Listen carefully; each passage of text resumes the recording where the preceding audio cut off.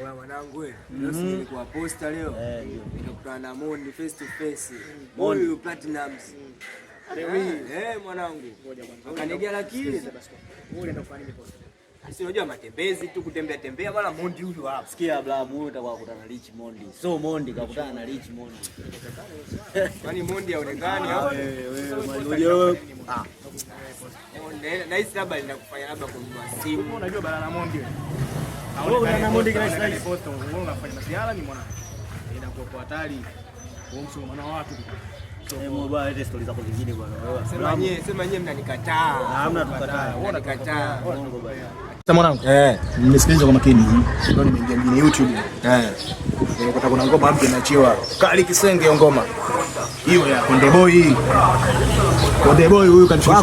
Konde Boy mimi namjua. Namjua bala lake Konde Boy. Konde Boy bala lake. Imagine Konde Boy anamshikisha Harmonize. Nini? Hapa sijaelewa. Leo umeelewa? Mimi bado sijamuelewa ndo maana. Konde Boy kamsikisha nani? Unadhani ngoma inakuaje? Kwanza na uzito ndani. Sasa kwani Konde Boy na Harmonize ndugu au? Ndugu vipi? Kila mtu ana lebo yake. Ila Konde Boy ndio mbaya. Sikieni.